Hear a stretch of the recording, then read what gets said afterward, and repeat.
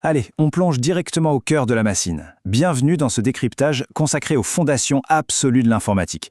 Car oui, tout notre monde numérique repose entièrement sur la façon dont les informations sont stockées, ordonnées et récupérées. Et pour vraiment comprendre comment les logiciels réfléchissent, il faut absolument disséquer ces structures de base.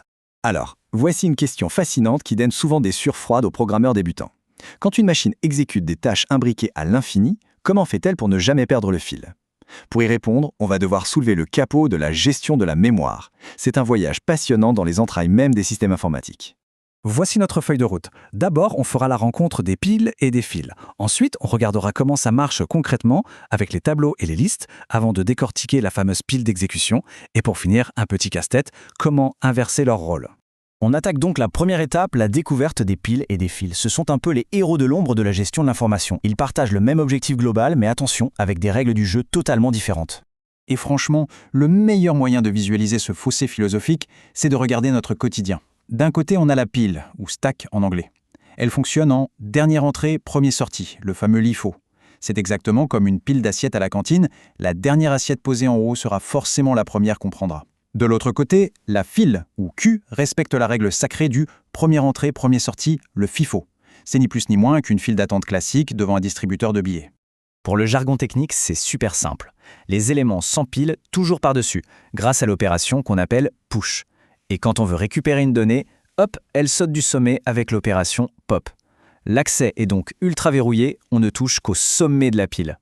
Pour la file, la mécanique est inversée. Les petits nouveaux entrent par l'arrière de la file avec un enqueue et le traitement se fait par l'avant où le plus ancien sort avec un dequeue. C'est qu'un pipeline hyper rigoureux, premier arrivé, premier servi, sans aucune exception. Passons maintenant aux implémentations via les tableaux et les listes. Comment est-ce qu'on construit ces frontières virtuelles, en dur, à l'intérieur de la machine ? Sous le capot, ces jolis concepts abstraits prennent vie grâce à des tableaux standards ou des listes dynamiques. Pour garder le contrôle, le programme suit en permanence des pointeurs d'index. Une pile n'a besoin que de garder un œil sur son sommet, le top, et sa capacité maximale, mais une file demande un peu plus de gymnastique. Il faut surveiller la tête, le head pour les sorties, et la queue, le tail pour les entrées. Et la petite touche de génie, c'est que les files peuvent s'optimiser en bouclant sur elles-mêmes de manière circulaire, histoire de recycler l'espace laissé vide à l'avant. Mais attention, il y a des limites physiques. Si une structure de taille fixe est complètement pleine et qu'une nouvelle donnée est celle de forcer l'entrée, c'est le redouté overflow, le débordement. À l'inverse, essayer de retirer un élément d'une structure déjà vide, c'est l'underflow. Dans les deux cas, le verdict est sans appel. Le programme plante brutalement. C'est pour ça qu'il faut surveiller ces erreurs fatales comme le lait sur le feu dans le code. Ce qu'il faut vraiment retenir ici, c'est la quête de la performance absolue. Qu'on utilise un tableau rigide ou une liste chaînée plus flexible, toutes ces opérations d'insertion et de suppression sont incroyablement optimisées. Elles s'exécutent en un temps constant, le majestueux O de 1. Pas besoin de parcourir toute la mémoire de manière laborieuse, l'accès est instantané. Troisième grande partie, la pile d'exécution. C'est là qu'on va voir la mémoire en pleine action et que notre concept de pile devient l'épine dorsale de tout logiciel. Quand le système appelle une fonction, sa réaction est d'une efficacité redoutable. L'ordinateur alloue instantanément une boîte de mémoire spécifique uniquement pour cette tâche et vient la pousser tout en haut de la pile d'exécution active qu'on appelle la call stack. À l'intérieur de cette boîte, l'organisation est militaire. Les variables locales, comme les mots ou les compteurs, et les états d'exécution sont stockés en sécurité. On a un véritable microcosme de données, bien au chaud et prêt à être manipulé par la fonction. Et c'est là qu'intervient la magie de cette architecture. Si une nouvelle fonction se déclenche avant la fin de la première, boum, une toute nouvelle boîte est empilée par-dessus. L'ancienne fonction se met alors sur pause, parfaitement figée dans son état inachevé. Elle va attendre gentiment que la fonction du dessus termine son boulot, disparaisse avec un pop et lui rende enfin les commandes. Voilà comment l'ordinateur résout l'énigme de l'exécution récursive. Et nous voici à notre dernière étape, inverser les rôles de ces structures. C'est un peu le boss final, un grand classique des entretiens techniques où l'on force une structure à copier le comportement de l'autre. Posé comme ça ressemble à un non-sens total. Comment transformer une ligne d'attente hyper juste, où le premier arrivé est le premier servi, en un système où le dernier arrivé prend carrément toute la priorité ? C'est un sacré casse-tête, mais la solution révèle une mécanique de rotation des données tout bonnement brillante.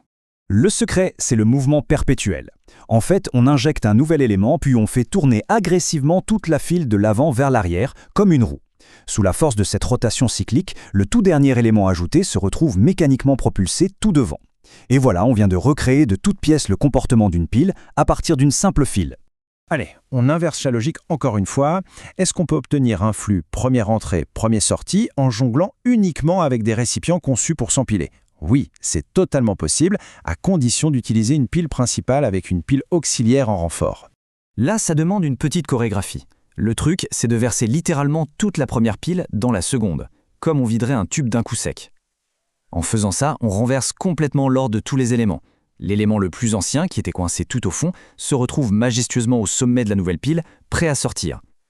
Ce transfert de masse permet en plus de garder une complexité temporelle moyenne ultra constante. Cette célèbre citation résume parfaitement la réalité de l'ingénierie logicielle. Malgré leur apparente simplicité, ces listes linéaires spécialisées sont indéniablement le socle invisible de toute la mémoire computationnelle et de la conception des algorithmes modernes. Au final, dompter le flux linéaire des piles et des fils, ce n'est que le prologue de cette grande aventure informatique. Et ça nous pousse inévitablement à nous poser une autre question. Si ces structures gèrent parfaitement les lignes droites, quelles architectures gigantesques et non linéaires va-t-il falloir déployer pour cartographier des mondes multidirectionnels, comme des milliards de connexions sur un réseau social ou les routes d'une carte géographique complexe? C'est une réflexion qui ouvre grand la porte sur l'immensité vertigineuse de l'algorithmique avancée.